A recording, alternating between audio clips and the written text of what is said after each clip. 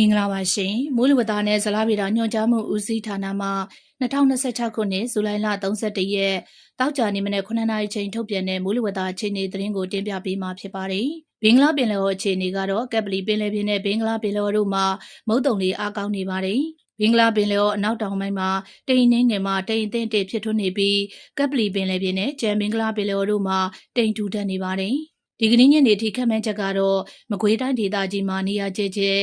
စကိုင်းတိုင်းဒေသကြီးအောက်ပိုင်းကယားပြည်နယ်နဲ့ချင်းပြည်နယ်တို့မှာနေရာစစ်စိမ့်နဲ့ကြံတန်းဒေသကြီးနဲ့ပြည်နယ်တို့မှာနေရာအနှံ့ပြားမိုးထစ်ချုံရွာပြီးရန်ကုန်တိုင်းဒေသကြီးမှာဒေသလိုက်နဲ့မန္တလေးတိုင်းဒေသကြီးအေရဝတီတိုင်းဒေသကြီးတနင်္သာရီတိုင်းဒေသကြီးကချင်ပြည်နယ်ကရင်ပြည်နယ်မွန်ပြည်နယ်ရခိုင်ပြည်နယ်နဲ့ရှမ်းပြည်နယ်မြောက်ပိုင်းတို့မှာနေရာကွက်ရွေမိုးကြီးနိုင်ပါတယ်။ရွာရန်ရာနှုန်းပြည့်ဖြစ်ပါတယ်။မိုးတိမ်တောင်ဖြစ်ပေါ်မှုအခြေအနေကတော့နေပြည်တော်ရန်ကုန်တိုင်းဒေသကြီးမန္တလေးတိုင်းဒေသကြီးပဲခူးတိုင်းဒေသကြီးစကိုင်းတိုင်းဒေသကြီးအေရဝတီတိုင်းဒေသကြီးတနင်္သာရီတိုင်းဒေသကြီးကချင်ပြည်နယ်ကရင်ပြည်နယ်မွန်ပြည်နယ်ရခိုင်ပြည်နယ်နဲ့ရှမ်းပြည်နယ်တို့မှာမိုးတိမ်တောင်များဖြစ်ထွန်းလျက်ရှိပြီးအဆိုပါမိုးတိမ်တောင်များရွေ့လျားရာနေရာတစ်လျှောက်မှာမိုးရွာသွန်းခြင်းနဲ့အတူလေပြင်းတိုက်ခတ်ခြင်းမိုးထစ်ချုံခြင်းမိုးကြိုးပစ်ခြင်းလျှက်စီးလက်ခြင်းနဲ့မိုးသီးကြွေခြင်းစတဲ့မိုးလေဝသဖြစ်စဉ်များဖြစ်ပေါ်နိုင်ပါသဖြင့်ကြိုတင်သတိပြုနိုင်ပါရန်ကြံပြုအပ်ပါတယ်။မြမပင်လယ်ပြင်မှာမြမကရိုးတန်းတစ်လျှောက်နဲ့ကမ်းလွန်ပင်လယ်ပြင်တို့မှာတခါတရံမိုးသက်လေပြင်းများကြားရောက်ပြီးလှိုင်းသိမ့်တင်မှလှိုင်းကြီးနိုင်ပါတယ်